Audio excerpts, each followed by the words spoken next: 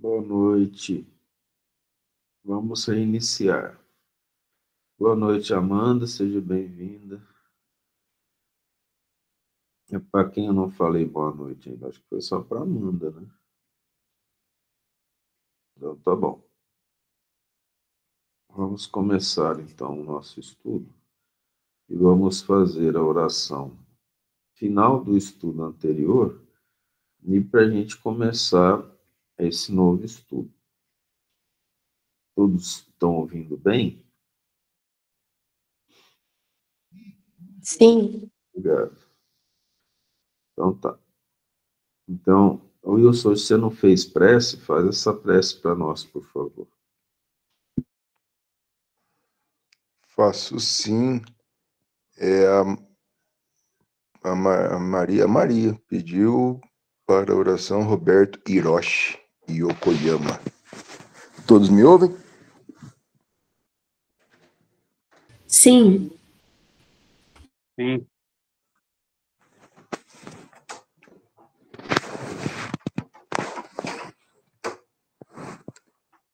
Mestre amado Jesus, Filho de Deus Pai Todo-Poderoso,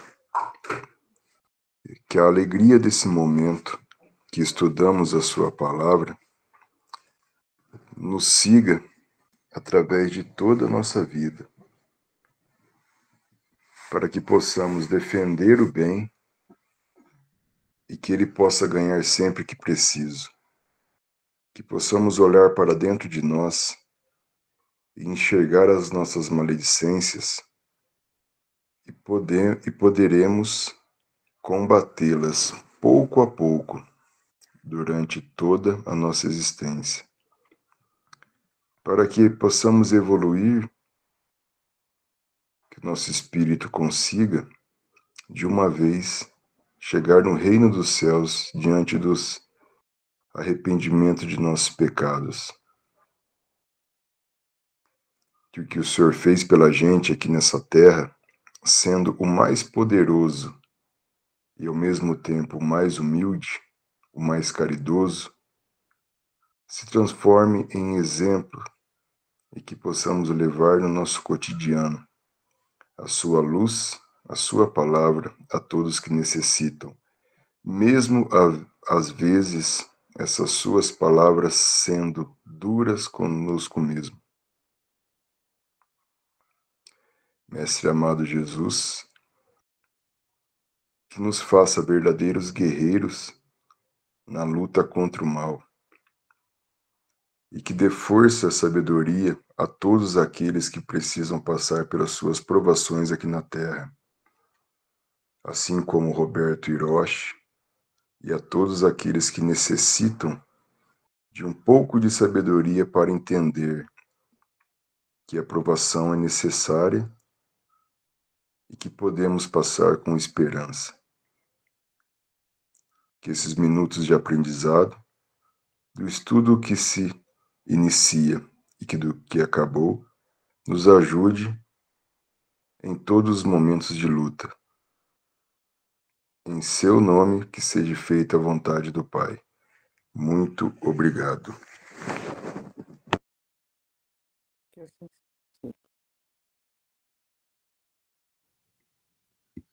Vamos retornar aqui para o nosso estudo e nós paramos no capítulo 4 do Atos dos Apóstolos, né? Vocês perceberam que existe uma dinâmica diferente aqui, né? Em relação aos Atos dos Apóstolos. As coisas são mais diretas, menos filosóficas, menos parábolas, não obstante ter algumas coisas não tão fáceis de serem entendidas. E aí nós podemos utilizar, né, esses exemplos dos apóstolos e colocar no nosso dia a dia para entendermos o significado de sermos discípulos de Jesus. Vocês lembram que Pedro e Paulo falaram, curaram o coxo, foram chamados pelo Sinédrio, presos, soltos, pediram para eles não falarem mais sobre o Cristo, eles falaram que não poderiam deixar de falar, sobre o Cristo, porque era melhor fazer a vontade de Deus do que a vontade deles, né?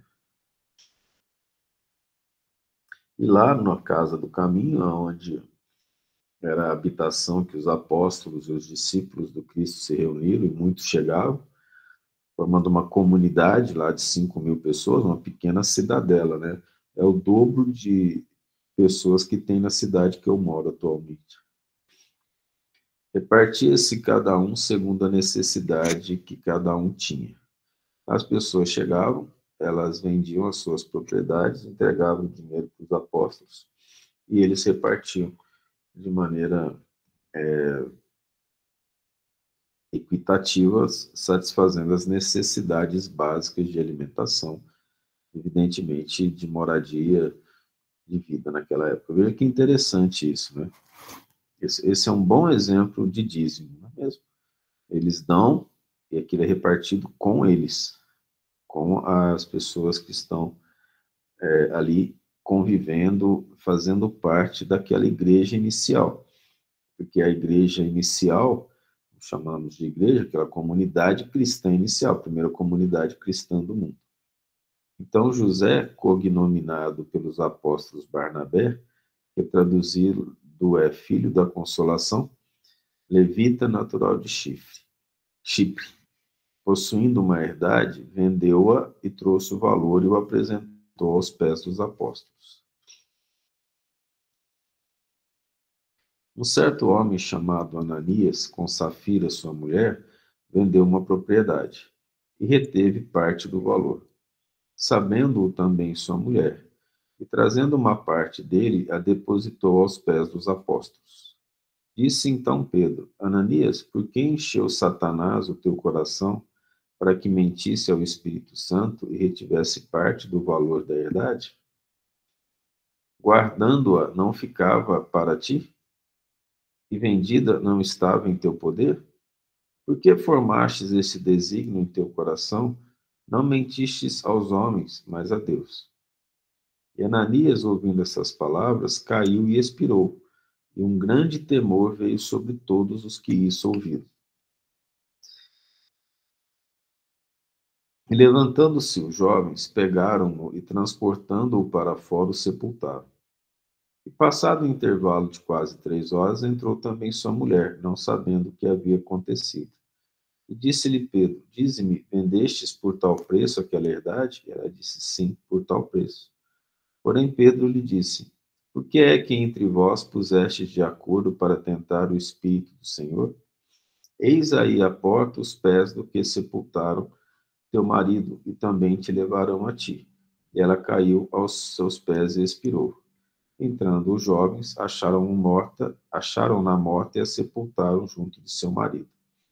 E veio um grande temor a toda a igreja e a todos os que ouviram essas coisas. Então vamos voltar ao começo, né? O que aconteceu? É que nós precisamos separar as coisas e entender o significado de tudo. Ali existiam pessoas que estavam dedicadas ao bem, se entregavam ao bem, estavam despreocupadas dos bens terrenos.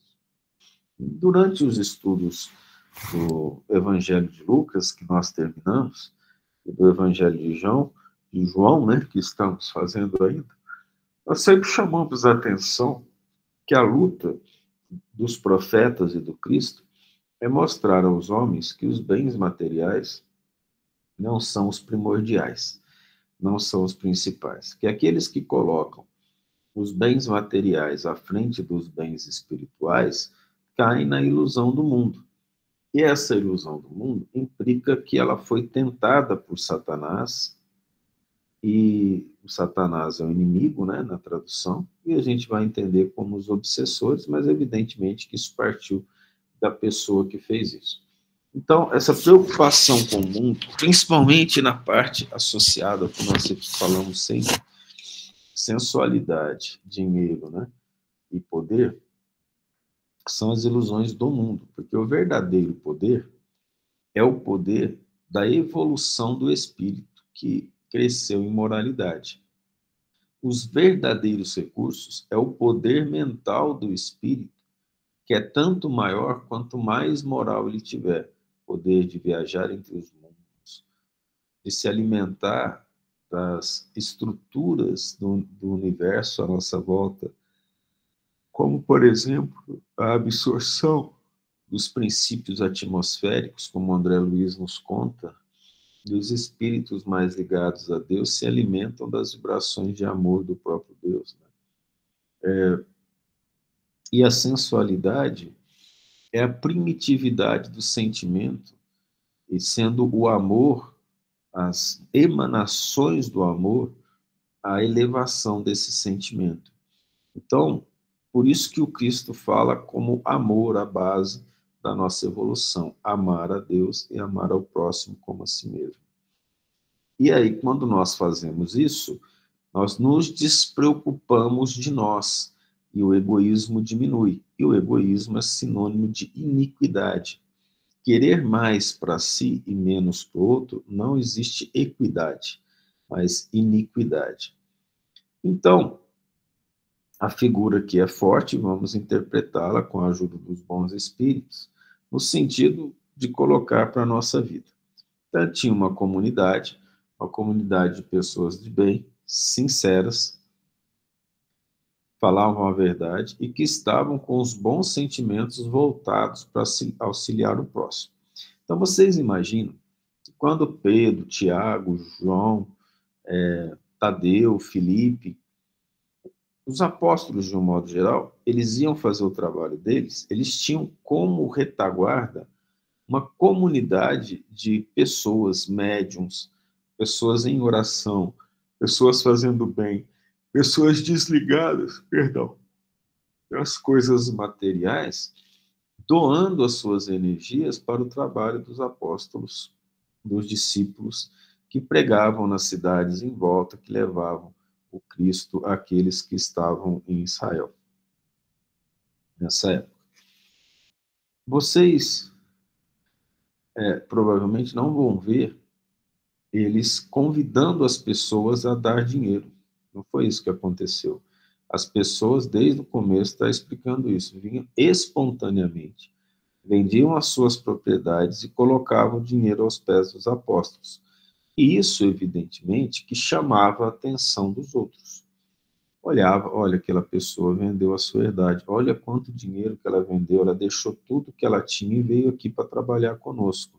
Evidentemente que lá, naquela comunidade, tinha o trabalho de marcenaria, o trabalho de sapataria, o trabalho de coser, né, de costura, o trabalho de confecção de alimentos, o trabalho de construção de casas que eles faziam entre si, num verdadeiro, vamos dizer assim, colóquio de ideias espirituais trazidas à Terra. Vocês imaginam a vibração daquele local.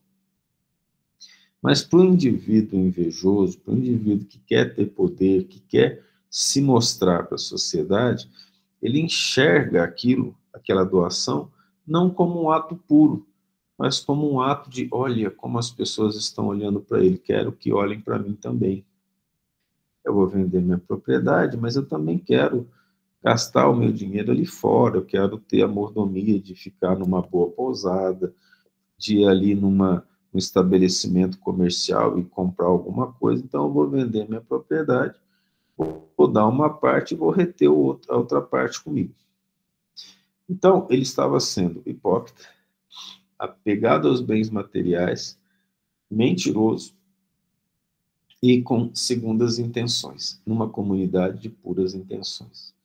E também a mulher dele sabia, e ela não o demoveu disso. Na verdade, os dois entraram em colóquio. Realmente foram uma só carne. Meio podre, né? Mas uma só carne. Precisamos ver isso também. Pelo menos eles tiveram entre eles uma, vamos dizer assim, uma afinidade de coisas não muito boas, né? Então, evidentemente que Pedro é um médium, vamos colocar assim, do nível do Chico, né? Via espírito e sabia o que estava acontecendo na cabeça dos outros, lia os pensamentos. Com certeza ele tinha segunda vista. Ele percebeu, ou algum espírito contou para ele. Falou, olha, Pedro, ele fez isso, isso e isso. E ali Pedro foi orientado a ensinar, não só para aquele homem, mas ensinar para as pessoas que estavam em volta. Ananias, por que encheu Satanás o teu coração? Olha que interessante, ele não perguntou para Satanás, porque o Pedro poderia conversar com Satanás, ou seja, com o espírito que estava com ele. E o espírito estava ouvindo, com certeza. Ele não perguntou para o espírito, ele perguntou direto para ele, porque ele é o responsável por ser tentado por Satanás. Para que mentisse ao Espírito Santo? Olha só, é algo muito interessante. Algumas pessoas, elas são muito falsas. Elas convivem com a falsidade, mas elas são hipócritas, porque elas sabem que a maioria não lhes conhece o pensamento. A maioria das pessoas assim, elas têm certeza que elas são mais espertas que os outros e que as outras pessoas não lhe conhecem o íntimo. Mas hoje é muito difícil isso não acontecer, porque todo mundo tem um pouco de mediunidade e tem uma sensação, né? Se você não entra em vibração de similaridade com aquela pessoa, a sua sensibilidade mostra essa falsidade, que alguma coisa ali não está certa, está errada. A pessoa mais sensível percebe as intenções. A pessoa ainda mais sensível lê os pensamentos com clareza.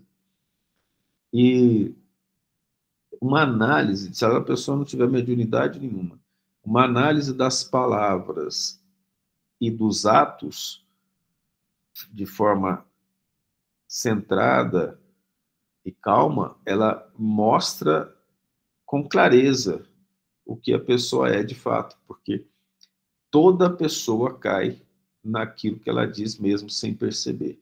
Por quê? Porque determinados comportamentos arraigados, que para a pessoa é normal, a cabeça dela faz sentido, ela fala, ela demonstra, ela faz. Então, nesse caso, foi mediunidade. E aí o indivíduo está mentindo para o encarnado, mas acha que Deus não está percebendo? Os bons espíritos não estão percebendo? Gente, os obsessores estão vendo. E aquilo dá mais força para o obsessor ainda dominar a pessoa que está fazendo isso. Então, ele, evidentemente, queria chamar a atenção para si, em termos de vaidade, em termos de mostrar uma coisa que ele não era, de hipocrisia, que o Cristo lutou contra. E retivesse parte do valor da herdade, vocês imaginam, o indivíduo, quando é descoberto em algo que ele faz escondido, ele entra em desespero. Porque se ele está com a consciência tranquila, ele está em paz. Ele vai falar, olha, seu Pedro, eu retiro isso aqui, porque eu estou com minha irmã doente, eu vou levar esse dinheiro para ela. Mas o Pedro saberia disso. Ou ele daria para Pedro e falasse assim, Pedro, você pode lá curar minha irmã? Mesmo que fosse uma troca, se ela fosse amorosa, com bons sentimentos, vamos dar um exemplo disso. Né? Mas não foi isso, ele foi hipócrita mesmo, ele queria reter para ele mesmo. Né? Então, os espíritos estão vendo isso, os obsessores se justificam, né? Falam, temos que realmente perseguir essa pessoa como ela é má. Porque o obsessor não reconhece que ele é mau, ele acha que ele está fazendo justiça. Ele está odiando porque ele foi odiado, porque ele foi maltratado. Como ele não conhece e não adentrou nele os princípios espirituais de superioridade, ele acha que está fazendo certo. E o indivíduo encarnado também. Então, o que ele faz ali? Ele está trazendo aqui, nesse exemplo, as características básicas da humanidade. Fazer escondido, mostrar o que não é, da humanidade de hoje, né? Mostrar o que não é, querer reter algo para si em termos de egoísmo e não ser sincero com os outros. Ele pode não ser com os encarnados, mas os desencarnados vêm. Guardando-a não ficava para ti? Por que você vendeu? Eu não te pedi para vender e trazer o dinheiro. Eu não pedi isso para você. Por que você fez? Então, ele teve uma motivação material, física, e ele queria ganhar alguma coisa com isso. Evidentemente, esse ganho são das coisas materiais, não espirituais. E vendida não estava em teu poder, ou seja, você não precisava ter trazido dinheiro, não. Podia ter ficado com dinheiro para você. Não precisava trazer para nós. Ele podia seguir a sua vida, sem problema. Por que formastes esse desígnio em teu coração? Essa pergunta é muito significativa. Por que você está fazendo mal? Nós estamos ensinando bem. Por que você não ficou na sua propriedade lá, trabalhando, fazendo a sua parte? Por que você precisou usar a sua energia para mentir? Porque muitas vezes a vaidade fala muito alto, né? Talvez ele tenha visto assim, nossa, eu vou dar só uma parte, vou ser mais rico que os outros aqui, e vou ganhar casa, comida, roupa, e vou ainda estar aqui nesse ambiente gostoso, mas eu vou reter para mim, então eu me sinto lá dentro mais rico que os outros. Você vai levar o quê? Não mentistes aos homens, mas a Deus. Toda mentira, ela é mentira para Deus, porque os espíritos sabem, e Deus evidentemente sabe. As pessoas não percebem isso. E elas tentam enganar e elas usam subterfúgio e muitas vezes, para justificar essas ações, elas usam raciocínios baseados no que as pessoas não conhecem os seus pensamentos. Quando as pessoas fazem isso, os obsessores ainda dominam de maneira mais forte, porque o sentimento de culpa na pessoa aumenta e a força dos obsessores aumenta pelos maus procedimentos. Então, ele não precisava fazer nada disso, nós não te pedimos nada. Por que você está fazendo? Por que você veio mentir? Você vai morrer. Você não vai levar a parte desse dinheiro, não é mesmo? O que você vai fazer com isso lá no outro lado? E Ananias, ouvindo essas palavras, caiu e expirou. Ele já devia ser um indivíduo idoso, naquela época 40 anos era idoso, tá? Imagina que a expectativa de vida era muito baixa, as doenças, não tinha vacina, provavelmente estava com a artéria já entupida, já estava pronto para morrer, entrou num estado de desespero. Fui descoberto na frente das pessoas que eu queria parecer como sendo virtuoso e não sou. Então, acho que Pedro não precisava fazer nada, né? Pedro simplesmente falou a verdade e o indivíduo morreu. Aí vocês imaginam para os outros que estão lá, né? E aí, o que ele fez com o dinheiro que ele guardou para ele? Ele levou? Olha que exemplo que é isso. Ele vai comprar uma casinha lá no céu, plano espiritual. Naquela época nem indulgência eles vendiam ainda. Então, veja que falta de lógica, né? De senso. Mas os espíritos amigos nos disseram aqui, o amor de Deus, ele é imenso e a gente precisa ter olhos para enxergar. Os amigos espirituais falaram que o arrependimento dele foi tão grande, tão forte, que ele faleceu mesmo de processos fisiológicos de doença. Aqui não me deixaram claro se foi AVC, se foi infarto. Aí, o que acontece? Ele desencarnado, o arrependimento dele foi imenso, ele se tornou quase que imediatamente após o desencarne um árduo trabalhador do Cristo, porque ele foi testado, foi descoberto, e aquilo gerou um trauma no espírito tão grande que o arrependimento dele foi proporcional a esse trauma, e ele, no plano espiritual, trabalhou para o bem, e reencarnou trabalhando para o bem. E isso aqui as pessoas vão ler como se fosse condenação, né? Que ele foi para o inferno. Não tem inferno para nós, mas que ele foi para um lugar ruim. De fato, o que ele fez não foi bom, mas aquele arrependimento que ele teve antes de desencarnar, essa dor no coração que ele teve, imediatamente ele se transformou, mas o baque emocional foi tão grande que afetou a estrutura física dele já debilitada. E ele então se tornou um trabalhador do bem. Mas olha que interessante isso. Nós vamos ver as interpretações das várias lides religiosas do mundo como se fosse um pecador que está no inferno sofrendo até hoje. A doutrina vem e nos ensina, não, não é isso. Ele errou, mas Deus dá oportunidade para todos os seus filhos. Esse homem cujo nome apareceu nas Escrituras é um homem redimido, é um espírito redimido, um espírito trabalhador do bem, assim como Judas. Olha a bênção disso. Assim como sua mulher. E vocês imaginam o poder, né? O amor que tinha naquilo tudo, porque ninguém desconfiou de nada. O homem morreu, simplesmente pegaram e levaram para enterrar. Transportando-o para fora, o sepultaram. Essa é uma situação bem interessante, né? Ninguém questionou nada. Mas você imagina aquilo na população que estava vendo isso, o ensinamento que ficou. Não se pode mentir para Deus. Gente, essa é uma situação muito interessante. Que acontece muito mais do que nós imaginamos.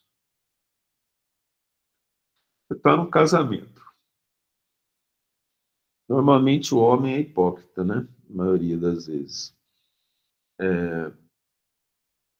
Ele quer manter a vida dele, ele casou, ele acha legal ter filho, ele quer muitas vezes a mulher submissa. Estou falando do meu tempo, né? Hoje a coisa está tão diferente, tão fora da minha realidade, que eu não sei analisar. Mas o que aconteceu na época que eu era jovem era assim.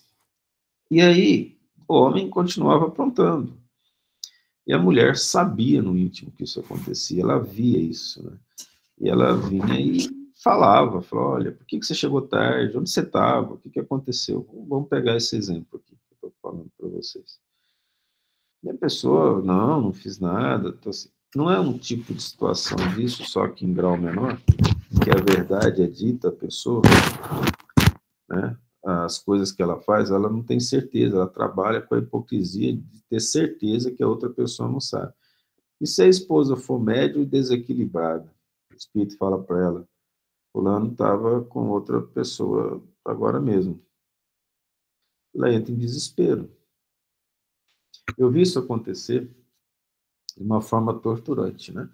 A mulher casada, ela não estava casada, estava vivendo com um homem que tinha outra mulher, ela uma médium desequilibrada, o desespero era imenso, a pessoa não conseguia viver, ela não conseguia viajar e deixar esse homem, ela pegava o carro e ia, passava na frente da casa que ela sabia que era amante do outro para ver se o carro do outro estava lá, chegava a bater na porta, discutir com a mulher na frente da casa dela.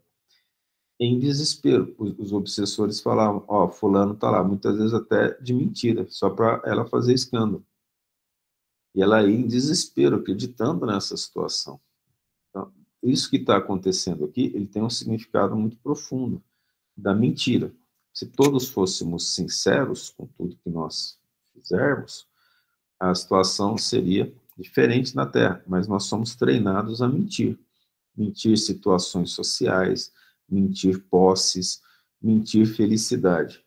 Mentir situações que parecem que são boas. Eu até cansei um pouco disso, né? Meu estado de saúde, muitas vezes não me permite fazer algumas coisas. Aí as pessoas perguntam, você está bem? Estou bem, né? Porque não pega bem você falar que está mal. Só que o que acontecia? Eu começava a não conseguir dar respaldo, por exemplo, a uma visita, ou a pessoa ir lá em casa, ou um compromisso. Eu comecei a meditar sobre isso. Parece até que a doutrina espírita fala que você está bem sempre. Não, não. E nos pede a sinceridade. A questão é o íntimo. Você está bem? Espiritualmente, sim. O corpo, não. Aí eu comecei a falar, olha, meu corpo é muito cansado, mas eu me sinto muito bem por dentro.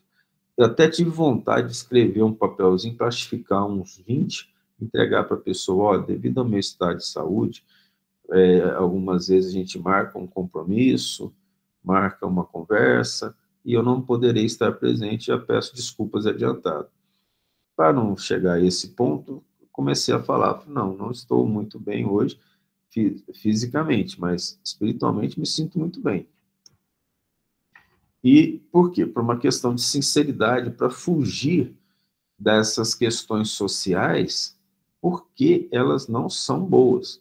O André Luiz chama a atenção disso no livro Nosso Lar. Ele chama a atenção mais de uma vez. E depois, nos outros livros, que no plano espiritual, não tem essa falsidade social.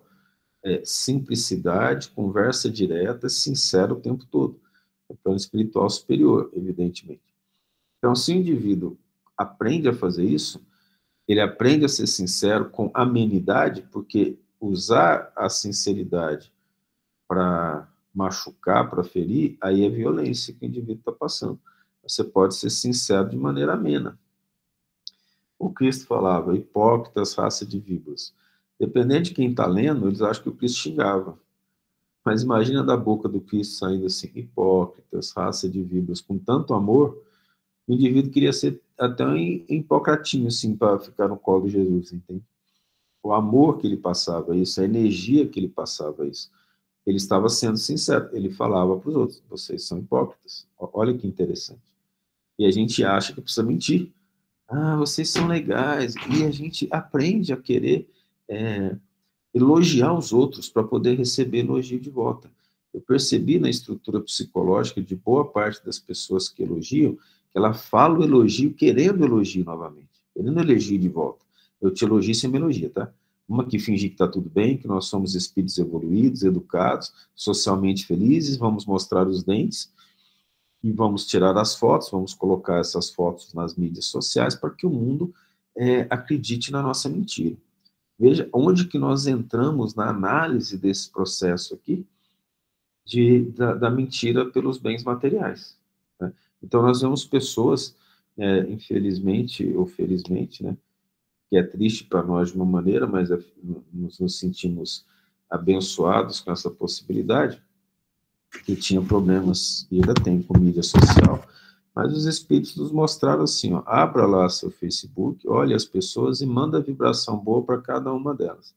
Então, algumas das pessoas, os espíritos nos mostram as vibrações dela. Então, tá lá uma selfie com um sorriso, mas com a alma por dentro enegrecida, o olhar de tristeza, de dor, de violência, a vibração emitida, ela não tem como mentir. Então, aquela foto passa uma vibração de hipocrisia, de tentativa de mostrar uma alegria que, na verdade, não existe, né? E aí essas pessoas merecem mais a nossa oração ainda. Nós, evidentemente, não podemos concordar com essa maneira de ser, mas não significa que estamos aqui para julgar se elas devem ou não fazer, porque é uma questão delas. Cabe a nós, que aprendemos o poder da oração e que a caridade pode ser feita em pensamento, principalmente em pensamento, a orar por essas pessoas e desejar que elas saiam dessa situação e encontrem o Cristo. Então, o que aconteceu aqui? Ele mostra muito a realidade que nós vivemos hoje. Isso aqui é um ponto passado que é bem verdade nos dias de hoje. Eu acredito que vocês concordam com isso. Quem não concordar, fique à vontade para falar.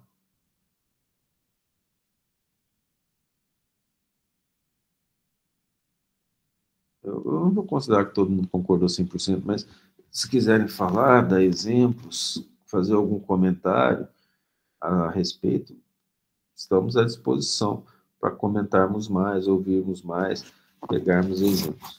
Mas espero que vocês tenham entendido a profundidade dessa situação que envolve mentira, vaidade, que envolve convenção social, desespero por se mostrar num determinado grupo. Eu costumo... Oi. Quando a gente lê assim, né, da primeira vez que você lê sem a explicação, a impressão que a gente tem é que eles são, na verdade, castigados ali naquele momento, né? Porque eles mentiram, porque as intenções não eram tão boas. Sim. Não. É isso mesmo, Ana Paula. A maioria vai usar essas pessoas, como está vendo, quando você não faz a vontade de Deus, você vai morrer imediatamente, você vai ser castigado. Mas Deus não é assim. O que nós aprendemos, que a doutrina nos ensina, é que o amor de Deus por nós, ele é de uma dimensão que nós mesmos não entendemos. E, por exemplo, Deus não cobra o que a gente não consegue pagar.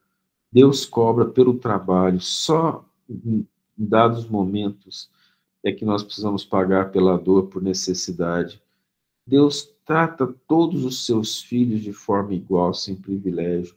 E ali eles foram privilegiados, que diante de uma mentira, tendo sido descoberta, o trauma foi tão imenso, graças à evolução do Pedro, dos homens que estavam ali em nome do Cristo, que ele pôde dar um impulso no processo evolutivo a ponto de que o trauma e a dor causasse um desencarne. Vocês imaginam isso? Imaginam se a gente olhar a beleza da situação, porque a alma é eterna, a vida dele não acabou com a morte ali. Ele não foi irremediavelmente para o inferno e nunca mais salvo. Ele poderia ter sido um bom pai, porque ele procurou o Cristo, ele procurou os apóstolos, sabe? Então, não houve julgamento nessa situação, mas a verdade foi dita. E ele passou por essa situação. E isso acontece conosco mais do que nós imaginamos, né? Fique à vontade, Wilson. Thales, mas esse capítulo é muito perigoso, porque numa outra interpretação, podemos analisar que, supostamente, se você não der para a igreja aquilo que é da igreja, você pode sofrer as consequências igual Ananias e a esposa dele sofreu? Só que aí que vem a questão da fé raciocinada, né? Você tocou num ponto muito importante. Fé raciocinada é aquela que pode enfrentar a razão face a face em todas as épocas da humanidade. Com as verdades do Espiritismo, nós sabemos que não é assim, né? Que não houve uma condenação e que não significa dar para a igreja, até porque ali não era uma igreja, era uma comunidade cristã inicial. Mas sim, não somente isso, Wilson, mas as várias interpretações do que o Cristo falou. E quer ver? Se eu me apego ao Novo Testamento, por exemplo, o que o Cristo falou sobre pagar impostos e pagar as contas? Dai a Deus o que é de Deus e a César o que é de César. Então, a maioria das vezes, a cobrança do dinheiro nas igrejas se baseia no Velho Testamento, que era um imposto único que o povo de Israel cobrava para que o sinédrio e o Estado fosse mantido, que é a 10ª parte dos seus bens. Não tinha conta de água, não tinha conta de luz, não tinha. O poço era comunitário, muitas vezes uma comunidade pequena só tinha um poço para pegar água, para lavar roupa, para tomar banho, se é que tinha banho, sempre, né? Então, é uma questão de interpretação e racionalidade. Muitas vezes a pessoa ela prefere a irracionalidade para viver na felicidade do bruto. Ela prefere que a vida seja feita de ditados simples, ao invés de fazer uma análise profunda de como está vivendo, como quer viver e quais são as pretensões futuras. Vamos pegar alguns exemplos simples, né? Você imagina que o céu é felicidade suprema. E eu desencarno, mas eu queria ter feito um curso superior, eu queria ter estudado mais, eu queria ter uma outra projeção de vida. Ué, mas o céu, se eu ficar numa felicidade, meu sonho não foi realizado, minha ânsia de espírito não foi realizado, eu vou ser feliz lá? Como que eu vou estar num céu de felicidade vendo meus amigos sofrerem no inferno pela eternidade? Será que ninguém para pensar? Você veja que não tem interesse das pessoas de meditarem sobre as realidades espirituais, nem de lerem, e isso ainda é um trabalho feito pelos obsessores, para os obsessores contra o Cristo, não são aqueles obsessores que odeiam, que são passionais, que estão fazendo por uma vingança específica contra a pessoa, mas os obsessores que têm o desejo de dominar as pessoas na Terra, né, que o príncipe das trevas, que pode ser resumido quando Cristo fala, minha hora chegou, é necessário que o príncipe das trevas retorne. É necessário, ele fala, para que a gente vença essa situação. Então, a questão é de raciocínio.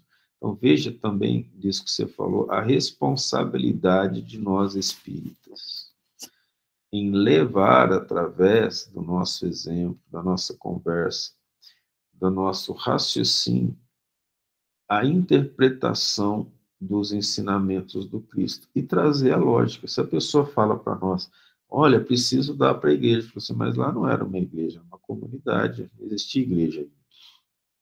A igreja católica só começou no século VI depois de Cristo.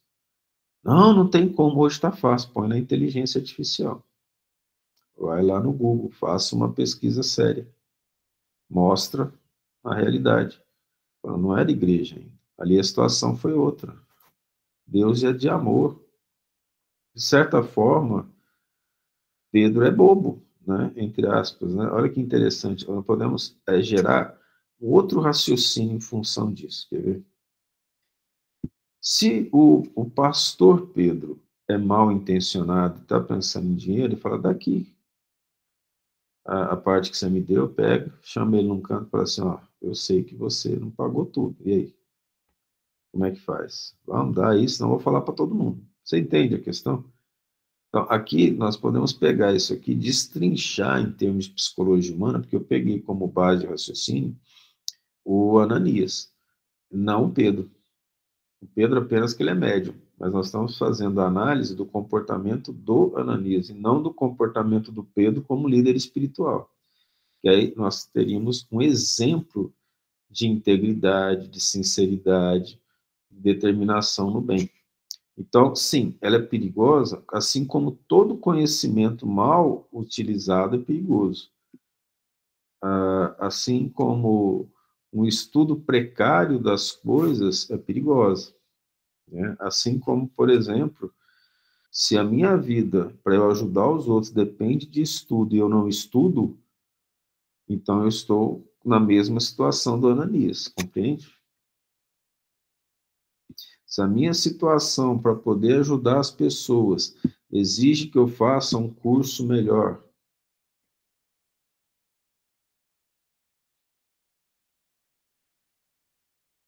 para que eu possa tratar melhor os meus funcionários, para que eu possa ajudar os meus amigos, para que eu possa ser um colega de trabalho melhor. Ora, eu preciso ter essa responsabilidade. Então, qualquer conhecimento mal direcionado e com intenções frívolas, ele é perigoso. Por exemplo, eu conheço vários cientistas mal intencionados que não são verdadeiros cientistas na mídia, contando histórias. Eu vi mesmo uma pessoa que está na mídia falar uma bobagem tão grande, mas tão grande esses dias. Ela falou assim, há 100 séculos antes de Cristo, 100 séculos, 100 vezes 100, 10 mil anos. Antes de Cristo, os pitagóricos falaram tal coisa. Foi 500 anos antes de Cristo. O que ele afirmou que os pitagóricos falaram não foram os pitagóricos, foram os babilônicos, há cerca de 6 mil anos, 5 mil anos antes de Cristo. Há 10 mil anos antes de Cristo foi a invenção da agricultura. Não tinha ainda o alfabeto, a palavra e a linguagem escrita. Esse indivíduo é quase endeusado por algumas pessoas. Então, assim, a questão mesmo, ela nos chama atenção para aquela conversa inicial do outro estudo, né, do estudo anterior. A coerência, a leitura, o estudo, que o espírita, ele é convidado a isso, né? Eles costumam dizer assim, ó, os espíritas são elite intelectual, porque as pessoas que são espíritas, a maioria é formada, a maioria é estudada. Na verdade, eu acredito que o indivíduo que começa a estudar a doutrina espírita, ele se sente entusiasmado a ler mais, a pesquisar mais, tamanha quantidade de consolação que ele encontra nessas letras. E ele entende que o Senhor, o Pai, dono do universo, fez todo o conhecimento e nós temos que conhecer a obra do Pai. Então, sim, é perigoso, mas é perigoso como qualquer outra parte da Bíblia mal intencionada. Né?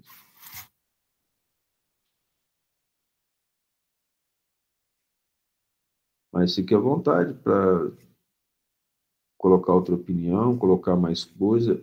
A Ana Paula ainda quer falar mais alguma coisa? Não, só me preocupa, assim, quando há essas leituras, assim, da Bíblia, Sinceramente, eu não tenho esse hábito, e só nos estudos, mas toda vez que há uma leitura assim, ela me passa sempre uma coisa que foge um pouco ao entendimento de Deus, né, entendimento de Jesus, porque para mim fica um pouco incoerente alguns aspectos assim.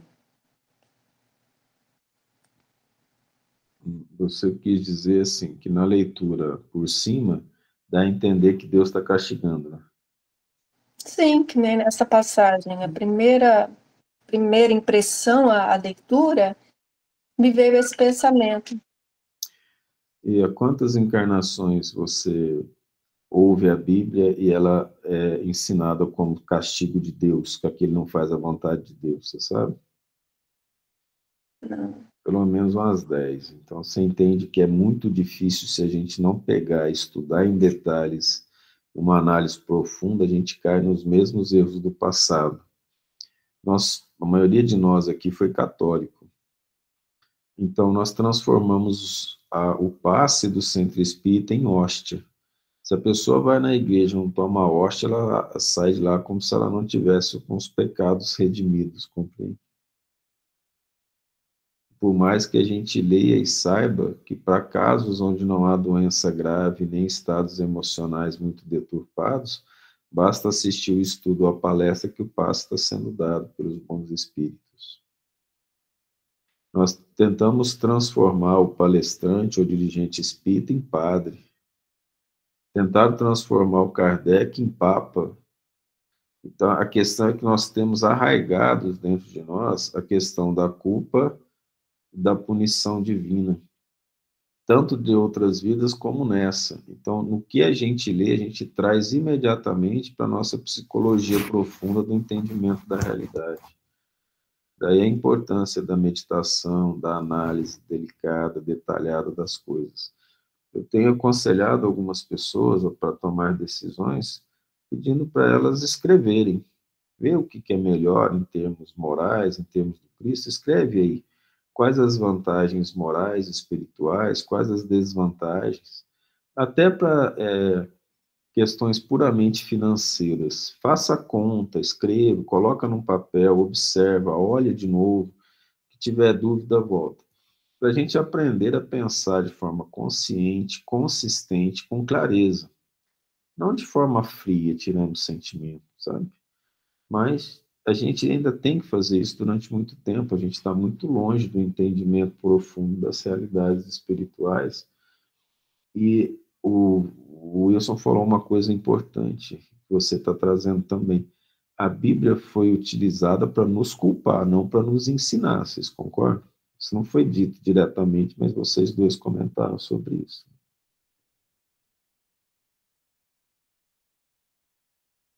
Mas os outros interpretaram para nós. Sim. Mas olha que bênção que a gente está tendo de poder fazer um estudo, uma análise mais detalhada da realidade, principalmente do Cristo. É uma bênção imensa isso, do nosso ponto de vista, obviamente. Então tá bom, terminamos. Ninguém tem muito mais para comentar ou nada para falar. Nós vamos terminar os nossos estudos de domingo com a boa sensação de que aprendemos algo mais, que adentramos mais os mistérios, que não são mistérios, da vida espiritual, mas principalmente que Deus nos ama, que o Cristo é seu representante, e que o trabalho de redenção é sempre contínuo e não pode parar, devemos caminhar sempre. Vamos, falando em comunidade pequena, vamos pedir para Amanda Barcelos fazer a oração final. Pode fazer, Amanda? Pode ser. Então, bom, ora para a gente, a todos o nosso carinho, nosso abraço, até o próximo estudo. Vamos, nesse momento, então, elevar o nosso pensamento e o nosso coração a nosso Senhor Jesus Cristo. Querido Deus, nós agradecemos por mais uma semana na qual podemos contribuir com a nossa comunidade, com os nossos amigos, as pessoas ao redor de nós. Podemos contribuir com os nossos valores, os nossos princípios, nossas atitudes e ações para tornar o mundo um lugar melhor. E as pessoas ao redor de nós, pessoas mais puras, mais felizes, mais realizadas. Peçamos que abençoe todas as pessoas que precisam de preces nesse momento e orações. Peçamos que toque o coração de cada uma das pessoas que, por qualquer motivo, estejam com sentimentos ruins, por qualquer motivo, estejam com a sua fé abalada, perderam a sua fé. Toque o coração de cada uma delas e mostre para elas que, apesar de tudo, ainda há salvação, ainda há uma saída, e no fim, tudo vai ficar bem. Abençoe as nossas famílias, as pessoas próximas de nós que convivem conosco todos os dias, e abençoe todas aquelas pessoas que estão necessitadas. Em nome do Senhor, agradecemos por tudo, todas as oportunidades, todas as alegrias que foram nos dadas nessa semana. Pedimos que abençoe esse novo mês que se inicia, pedimos que abençoe a saúde das pessoas, cada dia mais. Que assim seja.